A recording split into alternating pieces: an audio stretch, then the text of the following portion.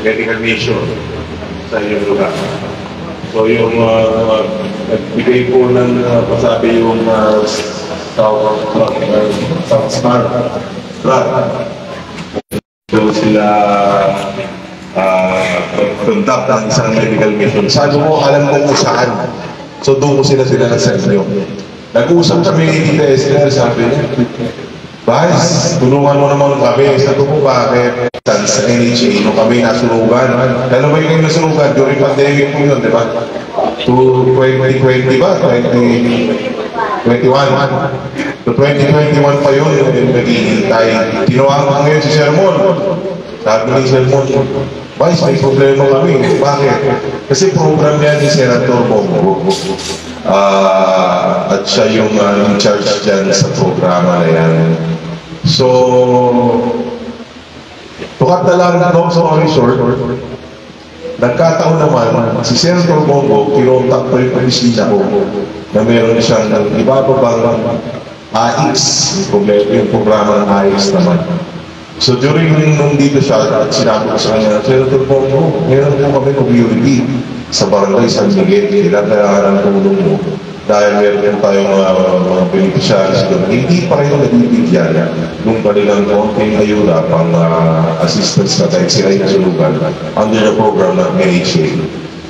So sabi niya, sige, tinawag yung kanyang assistant at sinabi niya na, kunin mo yung detalye kay Vice, tapos nakari natin. Kaya po napagulong yung programa kasi talaga namang ang office sa Senator Bongo ang kumilos para makuha ito. Kasi sayang din, ang matatanggap po natin ngayon ay 15,000 per family. Hindi po masyadong malaking pera, pero malaki na tulong ng malaking bagay. Kahit na 2.5 years na po kayo naghihintay, kahit pa paano, sa wakas, sa araw na ito, matatanggap nila yung konting tulong mula po sa NHA. Kaya palapakan natin ang NHA, Senator Bongo. So, ang totoo po niyan, ano lang po ako ay naging tawid lang po ako, tumulong lang po ako para lang makonect natin at mapabilis yung proseso. Again, hindi ko po pera to, hindi ko po pera. Ito po ay pera rin ng taong bayan, tulong sa taong bayan na kailangan. Kaya ako'y nagpapasalamat sa muli sa inyong tiwala at higit sa lahat. Sana kahit paano maiksa ng konti yung mga kahirapan at problema natin. Marami pa kaming mga inaayos ngayon. Alam ko yung problema nyo sa lupa, nandiyan pa rin. Esther, usap naman tayo. Ang city government naman natin po ay tuloy-tuloy na nagtatrabaho para pagbigyan ng kalutasan ang hindi mga problema lalo na pagdating po sa pabahay. Ang pangako lang namin, katulad din sinasabi palagi ng Mayor Vico, ang interes ng mamamayan ang pinaka-importante sa amin. At habang na si Mayor Vico, si Vice President ay dito, wala kang demolition na gagawin hanggat wala kayong mas magandang kapirahan. Kaya nagpapakita. So again, pasalamatan natin at palakpakan natin ng ating national government, ang ating NHA at si Senator Bongo sa tulong naman. God bless po. Maraming salamat. So, yun po. Ngayon po, magsastart pa po tayo sa mga namunang po dito. Ito na po yung para sa ating assistant. So, please pa-antay na lang po. Yung iba po, mag-antay na lang po ulit sa labas para po sa verification at tuloy-tuloy po ang bigayan po natin ngayong araw. So, maraming po salamat. Magandang umaga po.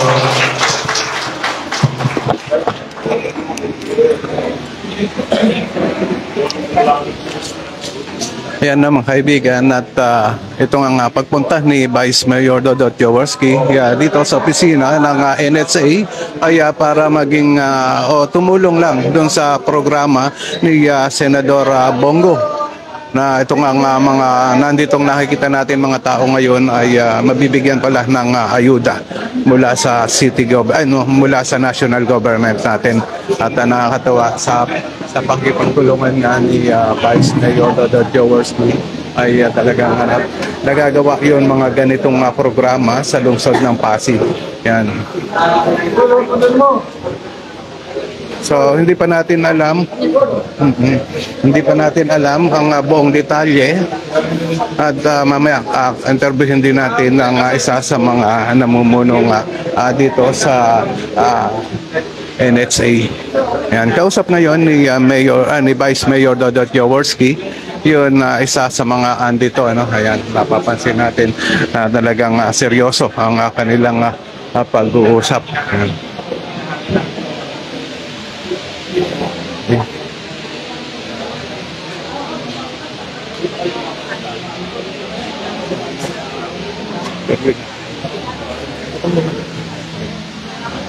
Ayan, mamaya ay hintayin natin na matapos ang pag-uusap ni Vice Mayor Dodot Jaworski sa isa sa mga nandito at hinga natin ng konting panayan kaugnay nga dito sa programa.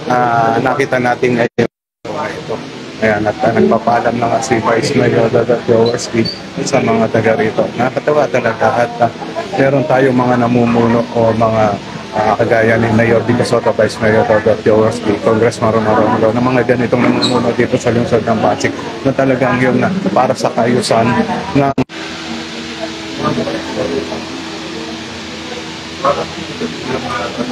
Ayan mga kaibigan at medyo nawawala ang signal natin dito pasensya na kayo at yan, yung mga problema ay dinudulog din kay Vice Mayor Dodot Jaworski sa mga oras na ito. Yan.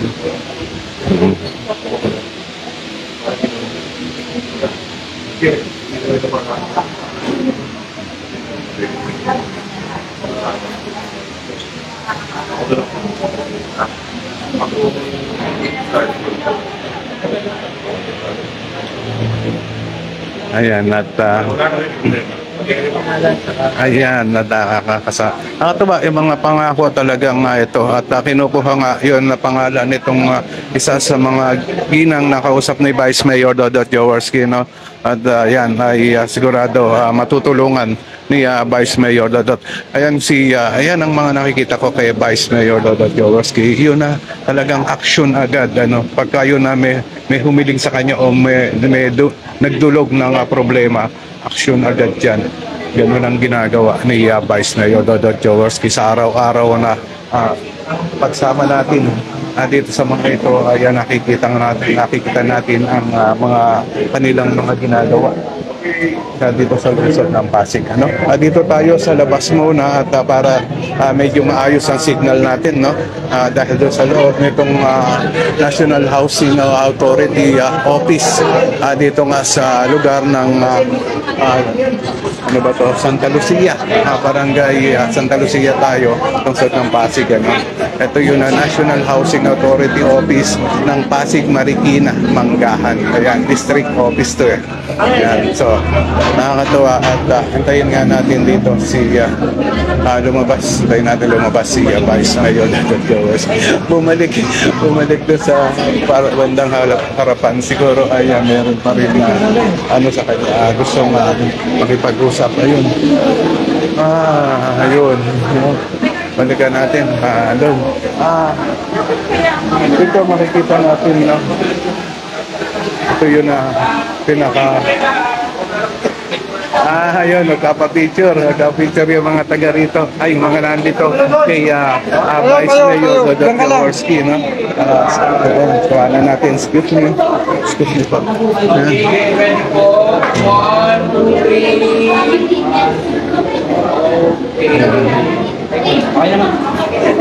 At nakakatawa talaga Kami po, naisa lang kaming sa Cagayan Santo ka, mahirap lang po kami, squatter kami po. Malaking bagay po sa amin ito. Kaya nga sabi ko nga, kay Dodot Jaworski, maraming salamat kay Bongo, Senador Bongo, na ito pong tulong sa amin ay ito po ay pangarap namin na magkapira ng ganito kalaki. Hindi kami nakakawak ng pirang ganito. Yung iba, maaari siguro ako hindi, kasi wala akong trabaho. Ang pera ko nga na to, kala ko nga makaopera ako sa mata pero kulang kasi babayad ko lang sa utang to may gusto pa po idagdag. Sana po. Sa dating ng panahon po, marami pa kayong matulungan na mahirap, yung lalo na kung nasunugan. Eh kami po, natagalan kami po. Kasi inabot kami yung 2 taon at saka 5 buwan. Kaya yung 30 mil, naging 15 mil. Kaya siguro po, kahit paano, maraming salamat pa rin na ganun kalaki. Utang na loob po namin sa inyo. Salamat po. Lalo kay Dudut. Kaibigan, ito, makita natin na meron hawak ng pera si Mami, no? At magkano po yan ni? Magkano po yun na naging ayuda niyo? 15,000 po. 15,000. Maraming salamat po sa binigay nilang tulong para sa amin. Dahil kami ay nasunugan. At least kahit papano mayroon. Malaking tulong na po yan. 15,000, malaki na rin. Malaki na po. Pandagdag na po sa bahay. Kasi hanggang ngayon po ang bahay hindi pa na naayos. Kailangan, sige po, at ayun. Ito pa, no, ayan, makita natin. Talaga pinipicturean nila, no. Subukan natin kausapin. Pulin natin si Vice Mayor Dodot Jaworski. At kapalabas na nga, subukan natin ang konting, kuhanan natin ang konting panayam. Dito tayo sa bandang labas nitong opisina ng NHA. Kaya abangan natin dito. So live nga natin ikino-cover ang mga kaganapan dito sa barangay Santa Lucia.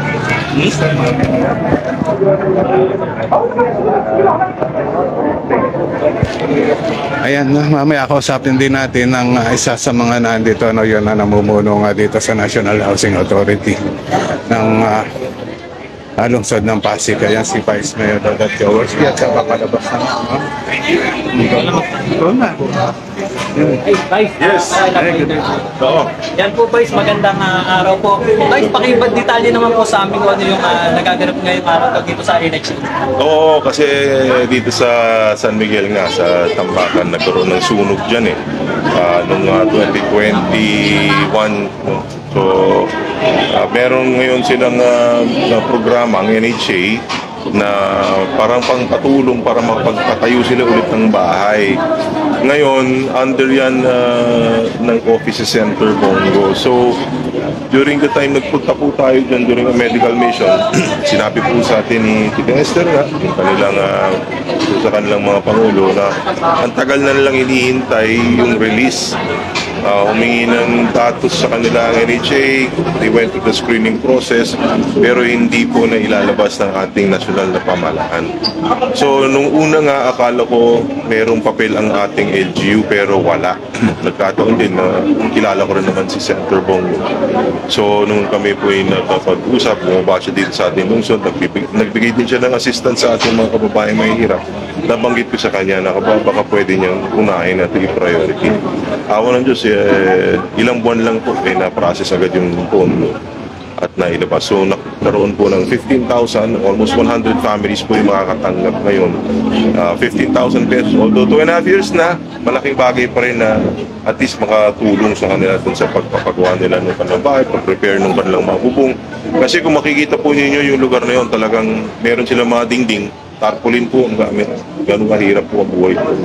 So, pero ngayon, yung kanilang lupa, pinag-uusapan nga namin sa City Hall, sa LGU, kung under negotiations ngayon, paano po natin mabibili yung lupa na yun para mapagawa natin ang programa ng pabahay na magiging kanila na habang buhay. Yun po isa sa mga priority programs naman ng Mayor Rico, ng inyong abang lingkod. So, trabaho lang po kami at kayo natutuwa talagang tumulong si Senator Bongo, ang NHA, para at least mabigyan ng konting assistance yung ating mga kababayan. Good day today. Thank you po. Alright. Pakibahagi naman sa amin sa kung ano yung nagaganap ngayon dito sa inyong opisina. So magandang umaga sa lahat ng tagapakinig ng iNews Pasig. Ako po si Architect Mon Alexander Ong, ang Officer in Charge ng Pasig Marikina Mangaan District Office. Ito pong nagaganap ngayon na programa ay programang nasyonal sa tulong po na local government unit, lalo na po kay Vice Mayor Dodot Jaworski at syempre sa ating national government, sa NHA at sa Office ni Senator Bongo. Ito po ay, ang tawag po dito sa programang ito ay Emergency Housing Assistance Program. Ito po ay isang programa para po magbigay ng financial assistance Supposedly before, it's construction materials, but of course, it's much better to provide financial assistance. So, pinalitan po natin ng financial assistance. Ito po ay hindi lang po para sa mga nasunugan, ito rin po ay para sa nabaha or kahit sino pong tinamaan ng kalamidad dito sa ating bansa. Ngayon ho, ito kung binigay natin ngayon sa tulong po ni Vice Mayor, ito po ay pa mga taong nasunugan or 98 na families na nasunugan sa San Miguel noon pa nakaraang 2021. Ngayon po, para po sa information ng lahat, sa tulong po ni Vice Mayor at sa Office ni Senator Bongo, nabigyan po ng pondo yung ating Housing Assistance Program. Sila po ay makakatanggap ng 15,000 per families. So yun po ay isang malaking tulong para po, although yung sabi nga rin po ni Vice kanina na matagal na ho yun ang pangyayari ng sunog, pero it's never too late to get assistance, diba? Ito po ay isang malaking bagay para po makatulong sa kanila sa pagsisimula ng mga kanilang bahay or other necessities as such. So yun po, it's a very good day indeed. Umaagos po ang pag-asa dito sa Pasig and hopefully marami pa po tayong matulungang iba. So magandang umaga po sa inyong lahat. Thank you po, sir.